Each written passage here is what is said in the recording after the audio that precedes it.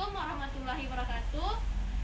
Perkenalkan, nama saya Nabila Putri dengan NIM 2011113557 dari kelas A 2022 kelompok 3. Di sini saya membuat video USL yaitu postnatal dan postpartum.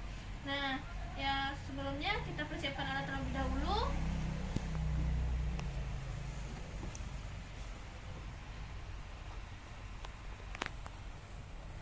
Itu kita tutup tirai untuk menjaga privasi pasien. Lalu kita cuci tangan.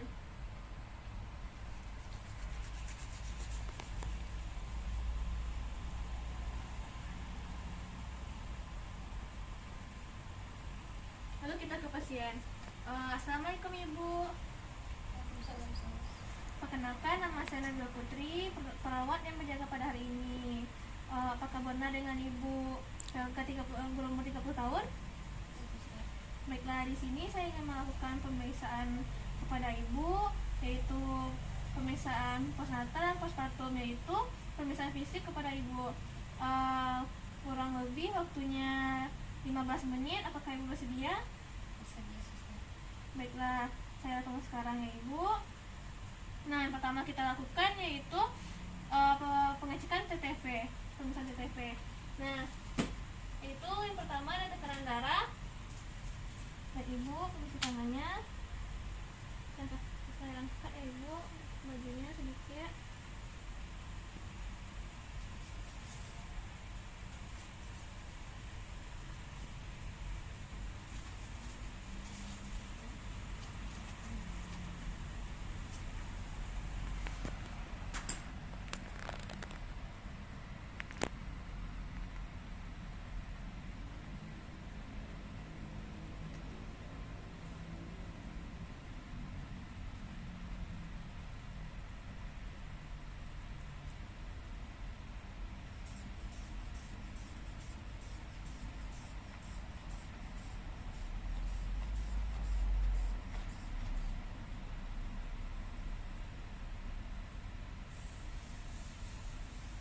Baik, tekanan darah Ibu yaitu 110/70, itu lumayan normal ya Ibu.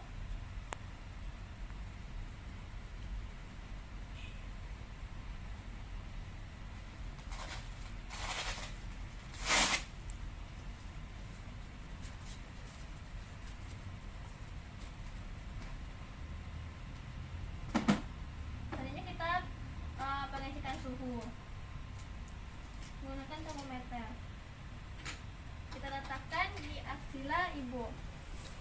Baik Ibu, kita letakkan termometernya di sini. Kita tunggu sampai termometernya bunyi. Nah, selanjutnya kita lakukan pemeriksaan nadi. Kita lakukan selama 1 menit. Baik, nadi Ibu yaitu 88 kali per menit. Nah, selanjutnya pemeriksaan pernapasan Ibu. Kita cek selama 1 menit. Baik, pernapasan Ibu yaitu 22 kali per menit. Nah, sepertinya termometer sudah bunyi. Kita cek. Baik, suhu Ibu yaitu 35,5 derajat Celcius, itu normal. Nah, selanjutnya kita pemeriksaan kepala. Pada pemeriksaan kepala kita lihat pada rambutnya. Pada Ibu yang sudah melahirkan biasanya keringatnya lebih banyak. Lalu kita lihat pada rambutnya. Saya lihat rambutnya Ibu. Kita lihat ternyata banyak keringat. Berarti Ibu banyak mengeluarkan keringat. Nanti Ibu siap mandi, pas mandi bisa keramasnya Ibu. Lalu kita lihat apakah ada pembengkakan atau tidak. Nah, selanjutnya kita ke bagian wajah. Pada bagian wajah kita lihat apakah simetris atau tidak. Kita lihat simetris. Jika tidak simetris, biasanya itu bisa terjadi pada pasien yang stroke atau tekanan darah tinggi yang membuat fibernya miring. Lalu itu tidak simetris. Nah, kita lihat pada wajahnya ada bintik-bintik hitam saat hamil. Nah, itu bisa hilang sendiri ya Ibu. Nah, selanjutnya ke pemeriksaan mata. Pada pemeriksaan mata kita lihat yaitu konjungtiva dan skleranya. Untuk melihat konjungtiva kita tarik bagian bawahnya ke bawah, Bu lihat ke atas Ibu. Baik, berwarna merah itu normal. Nah, itu kita lihat skleranya. Lalu kita lihat ke bawah Ibu, baik merah itu normal. Lalu kita ke bagian hidung. Untuk hidung kita lihat usaha bernafas ibu. Sepertinya hidung tersumbat ya ibu. Yaitu kita lakukan kita tekan bagian sebelahnya. Coba hembuskan ibu.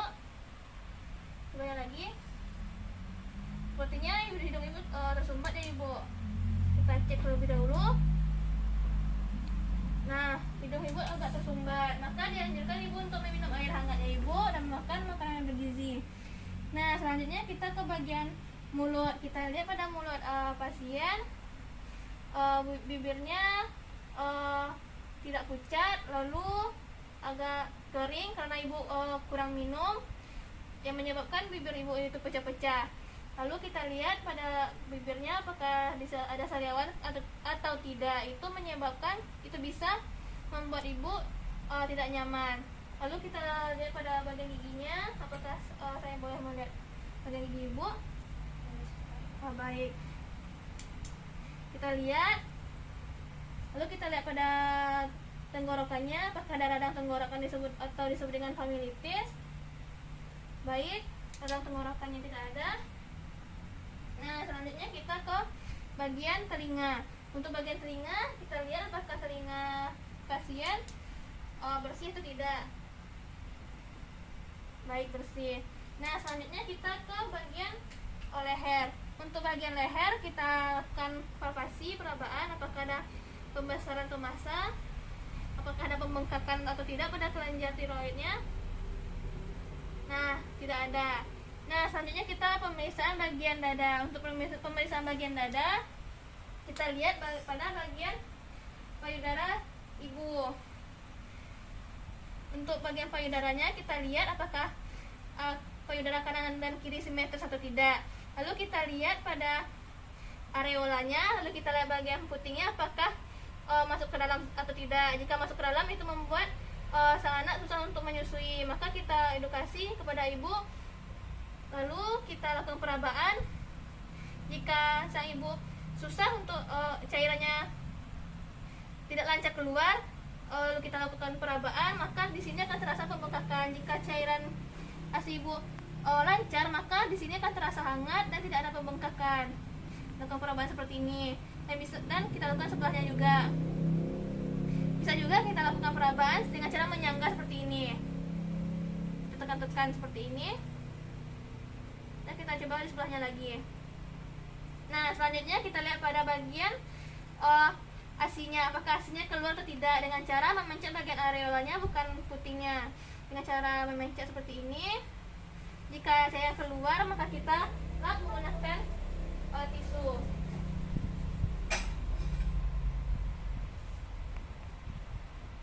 Nah, kita cobakan juga di sebelahnya juga. Nah, selanjutnya kita ke lihat bagian putingnya, apakah ada lecet atau tidak. Jika ada lecet, kita bisa membersihkannya terlebih dahulu seperti ini, bagian areolanya. Nah, jika sudah, kita keluarkan dulu ASI-nya sebelum anak untuk menyusui. Kita keluarkan dulu. Nah, ASI-nya keluar, lalu kita olesi bagian areolanya dan putingnya. Lalu nanti jika bayi menyusui, kita biarkan dia menyusui. Nah, jika bayi sudah menyusui, kita bisa membersihkan lagi seperti yang tadi. Lalu kita tekan sedikit areolanya, maka ASI keluar sedikit. Lalu kita olesi bagian areolanya dan bagian putingnya.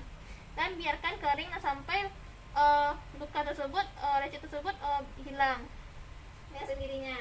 Lalu kita lakukan yaitu auskultasi.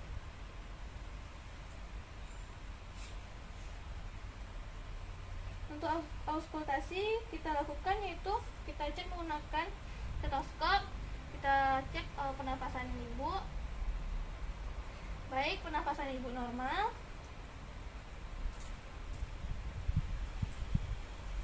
Nah, selanjutnya kita ke bagian abdomen. Untuk abdomen kita lakukan yang pertama yaitu melakukan inspeksi. Kita lihat apakah ada luka di bagian perut ibu, abdomen ibu. Terus kita lihat letak uterusnya, yaitu uterus bisa terletak lateral atau di tengah tuh disebut dengan margina.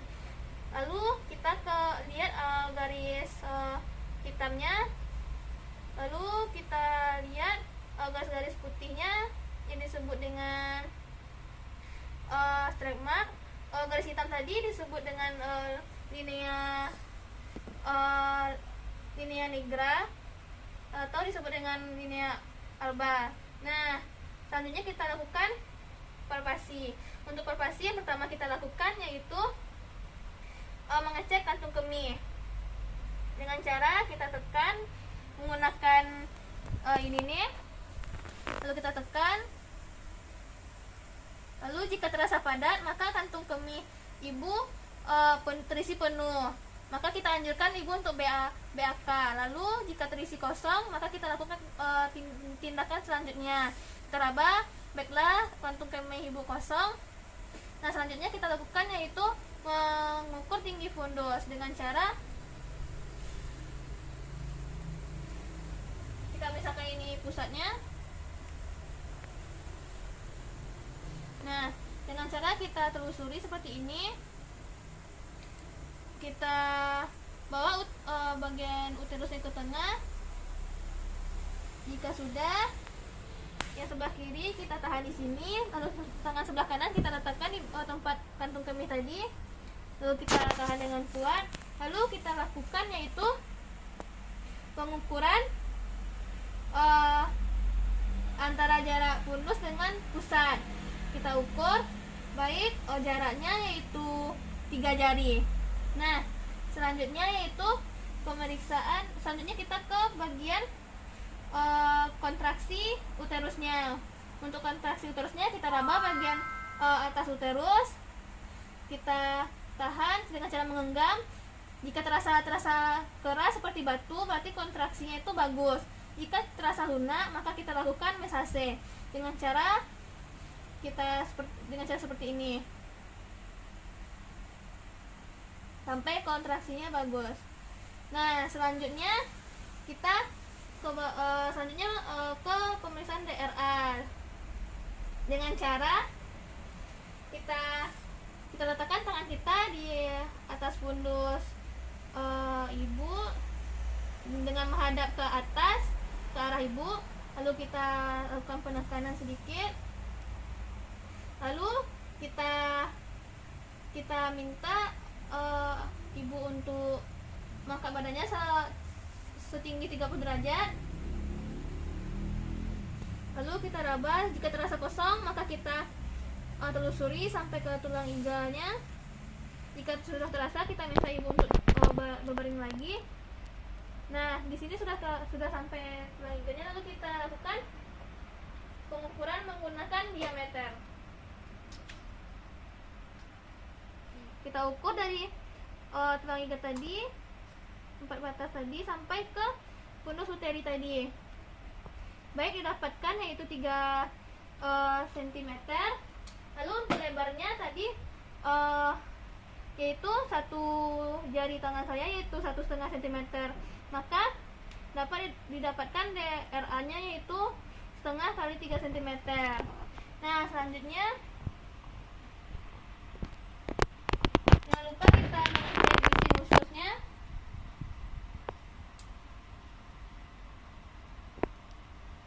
Kita cek.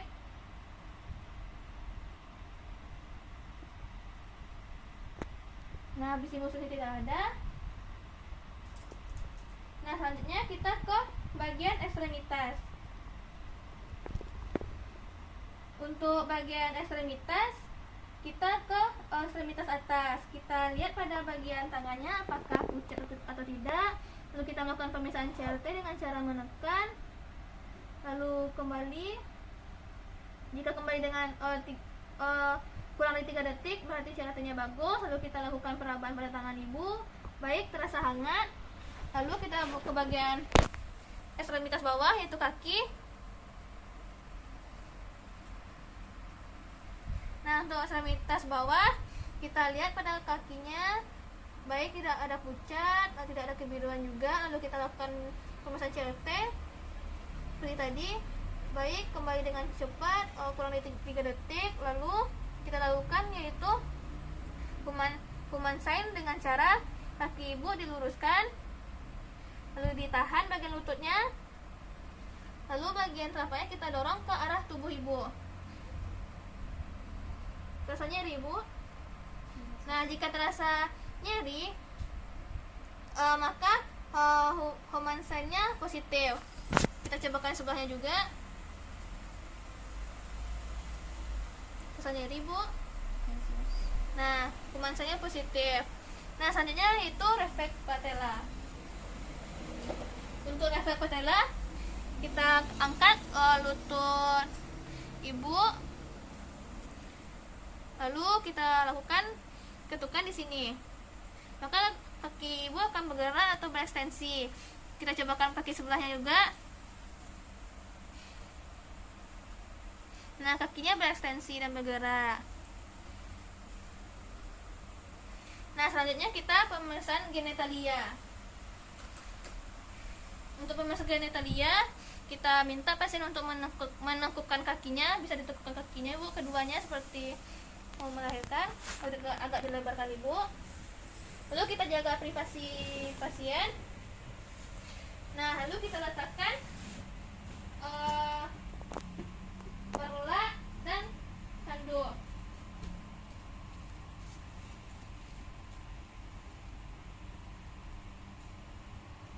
Nah, jangan lupa kita untuk mencuci tangan terlebih dahulu dan memakai handscone.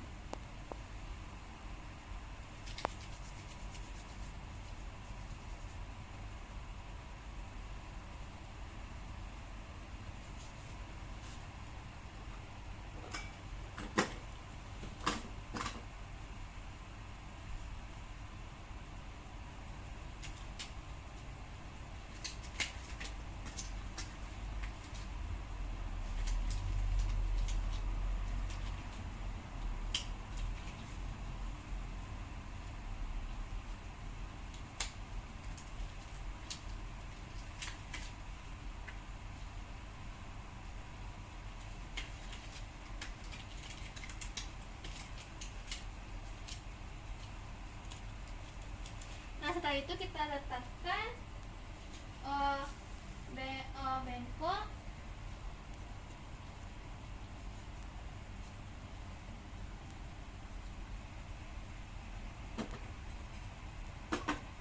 Lalu cairan DTT dan kapas.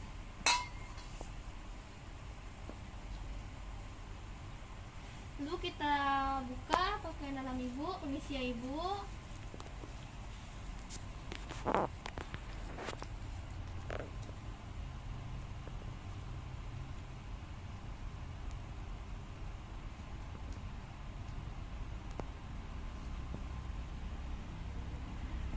Nah, di sini kita lihat jika ada darah di sekitar genitalia ibu, maka kita bersihkan menggunakan washcloth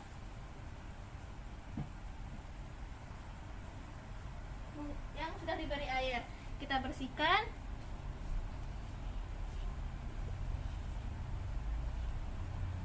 Lalu kita bersihkan bagian vulvanya dengan cara kita bersihkan bagian labia majoranya. Kita bersihkan, kita basahkan dengan cairan DTT terlebih dahulu, lalu kita peras. Lalu kita bersihkan labia majoranya dari jarak terjauh ke anus dengan sekali usapan. Nah, selanjutnya kita basahi, lalu kita bersihkan labia majoranya dari jarak terdekat ke anus. Nah, selanjutnya lagi kita basahi lagi kapasnya, kita peras, lalu kita bersihkan labia minoranya. Kita buka labia minora sedikit, lalu kita bersihkan dari klitoris sebelah kanan ke anus. Nah, selanjutnya kita basahi lagi, lalu kita peras, lalu kita bersihkan labia minoranya dari klitoris sebelah kiri kanan atau anus. Lalu kita bersihkan, yaitu kita basahi, kita peras, lalu kita bersihkan dari klitoris ke anus sekali usapan. Nah, baik, sudah. Lalu kita lihat pada vulvanya, yaitu jahitannya apakah terlepas atau tidak. Lalu kita lihat yaitu bagian lokeanya. Lokea itu ada 3, yaitu lokea lubra, lalu lokea sarosa, lalu lokea alba. Nah, selanjutnya kita lihat pada bagian anusnya, apakah ada ambeiannya, apakah pasien tersebut mengalami ambeian atau tidak. Lalu setelah itu tindakan sudah selesai, maka kita bersihkan peralatan.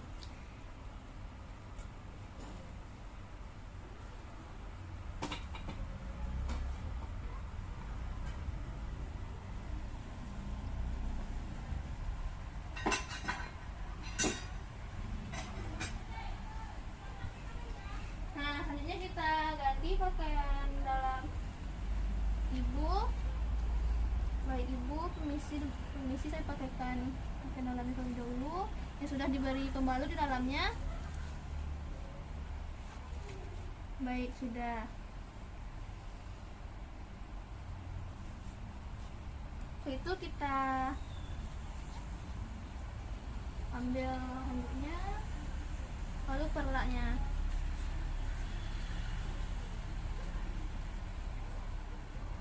Lalu kita rapikan pasien kakinya di lurusan ibu.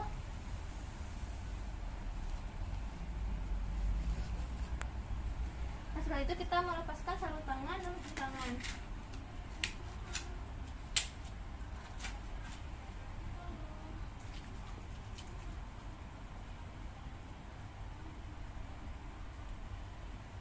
Nah, selanjutnya kita ke pasien.